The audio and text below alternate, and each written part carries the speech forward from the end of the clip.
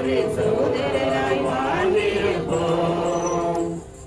இயேசு என்னும் நாமம் பேசுகின்ற போது என்னுள்ளம் மகிழ்வு கொண்டது. அது இசையில் பாடுகின்றது. நாம் எதிர்கொள்ளும் சவால்கள் எத்தனையோ அவர்களை எதிர்கொண்டு ஆன்மீக வாழ்வில் இறைவனை மகிமைப்படுத்த நாம் என்றென்றும் வாழ வேண்டும். அது நமக்கு அன்னை மரியாதை கற்றுத் தந்தார்.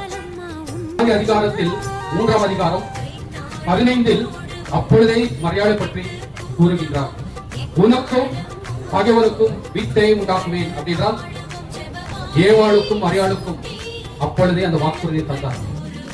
மனசெல்லாம் மெல்ல மெல்ல மரியே உன் பேரை சொல்ல அகமே அகமே அருள் நிறையுதம்மா. பூக்கும் நந்தவனம் போல் எந்தன் மனம் தினம் அருளால் அருளால் அம்மா உன்னருளால். இறைவன் வாழும் சீயோன் நகரமே யாவே